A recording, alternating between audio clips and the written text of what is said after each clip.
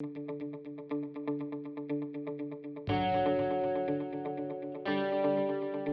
morning. My name is Chris Fox, and today we're talking about the power of time and how very important that is in our lives.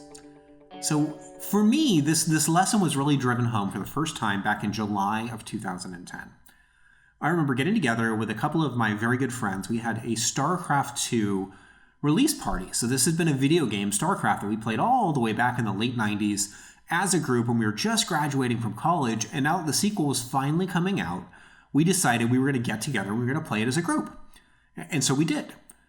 And one of the gentlemen that showed up, a good friend of mine by the name of Trevor had just had his second scientific paper published. He had been going to school for, God, at this point, I want to say like 8 or 9 years. But Trevor had a full-time job and he's a husband and he's got a lot of responsibilities. And so he was only taking one class a semester, in some cases 2, but generally one class a semester.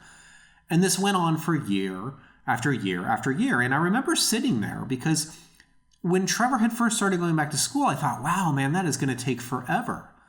But here we were, many years down the road, and Trevor was actually finishing. He ended up getting his degree, and again, being published in various scientific journals, and really transforming his life. And I looked at my own life, and I realized that I had stopped myself from embarking on these big projects because I had looked at the amount of work involved and said, wow, that's going to take years. And I allowed that to talk me out of doing these things because it sounded really hard and it was this huge investment. And Trevor said something that has always stuck with me. The time is going to pass anyway. So when you look back in 5 years, you're going to have to answer to yourself. And you're going to be one of 2 different people. You're going to be the version of you that had the courage to follow through and cultivate discipline and do the things that you need to do to become the author you know you can be. Or you can be the person who said, you know what, that's really hard, it's daunting, there's just so many steps I have to do, and gives up. Like I was for a lot of my life, until age 34. That's kind of where I was.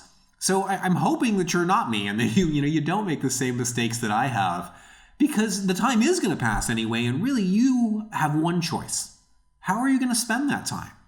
Is it going to be writing every day like you know that you should, and working on your current work in progress and your craft and your marketing skills and anything else you need to be an author? Or are you going to let another day pass where you say, there's a ton of stuff to do and it just all seems so daunting, and so you just let the time slip? In 5 years or 10 years or however far down the road you want to go, either it's going to be pride because you managed to accomplish the things that you wanted to do, or it's going to be regret. And at the end of the day, that's the choice that we have the power over. So tomorrow morning, or today if it's early enough for your time, consider what you've done and what you want to get done today. It's the little goals, the little rituals that you complete every day, that one sprint or those 5 sprints or whatever you're getting done. It's doing that consistently that's going to build you into the machine that produces the writing career that you want to have. But to get there, you're going to have to work every day. And that time is going to pass anyway. So tomorrow, give it a shot. See what you can do. Make this the best day you've had all week. And then try to do that every day going forward. And every time it gets hard, and it will get hard, you'll have tough days, you'll be depressed, you'll be tired, you'll want to give yourself a break. Remind yourself that the time is going to pass anyway. And then in a few years from now, you want to be able to look back and say, even though it was tiring and difficult, you did what you needed to do to get where you want to be. Anyway, guys, I hope this is helpful. Either way, I hope you guys have a great week. As always, I have a ton of writing to get back to. In this case, it is Write to Market 2nd edition. I am teaching a class in just a couple of weeks here, the Write to Market Masterclass at the PNWA conference in Seattle. So I'm at crunch time. In any case, I do need to get back to the writing. I will keep you guys posted about the masterclass and I'll let you know how it goes. And next week, hopefully, we will have a mailing list video so you can see how all my various experiments are going.